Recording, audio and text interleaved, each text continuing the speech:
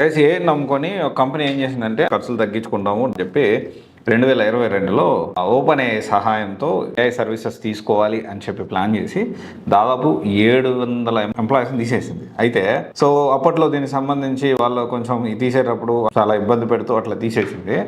And ఆ తర్వాత ఏం జరిగిందంటే ఏఐ ఆధారిత కస్టమర్ సేవలు అంచనాలు తగ్గట్టు ఫలితాలు ఇవ్వలేదు. అంటే ఏ అనేది ఎంప్లాయీస్ వర్క్ చేసినట్లు చేయట్లేదు అని చెప్పి సో వాళ్ళు దానికి సంబంధించి మొత్తం క్లార్నా కంపెనీ ఇమేజ్నే దెబ్బతీసేలాగా ఉందని చెప్పి ఏఐని సో పెద్ద దెబ్బ తగిలింది. అంటే 2021లో దీని అవాల్యుయేషన్ వచ్చేసి $45.6 బిలియన్ ఉంటే 2022కి ఆల్మోస్ట్ $6.7 బిలియన్, అంటే దాదాపు చూసుకోండి ఎంత పడిపోయింది అనేది. సో దీనికి సంబంధించి ఏఐ ఆధారిత విధానం వల్ల దాదాపు ఇన్వెస్ట్మెంట్స్ అన్నీ ఆగిపోయాయి. సో కరెక్ట్గా లేదు అది ఇది అని చెప్పి అంటే మళ్ళీ ఇప్పుడు రిక్రూట్మెంట్ చేసుకుందాం ప్లాన్ చేస్తుంది కానీ ఇప్పుడు ఎంప్లాయీస్ దొరుకుతలేరు. సో ఇది అనమాట పరిస్థితి. సో ఇదైతే స్వీడిష్ కంపెనీ క్లార్నా కంపెనీకి జరిగింది. ప్రజెంట్ ఇప్పుడు మళ్ళీ కొత్తగా వర్క్ ఫ్రమ్ హోమ్ అయినా ఇస్తాము అని చెప్పి గ్రామీణ ప్రాంతాల్లో ఎక్కడి నుంచి అయినా మేము వర్క్ చేయొచ్చు అన్నట్లు సో అది ట్రై చేస్తూ ఉంది ఎంప్లాయీస్ రిక్రూట్ చేసుకోవడానికి.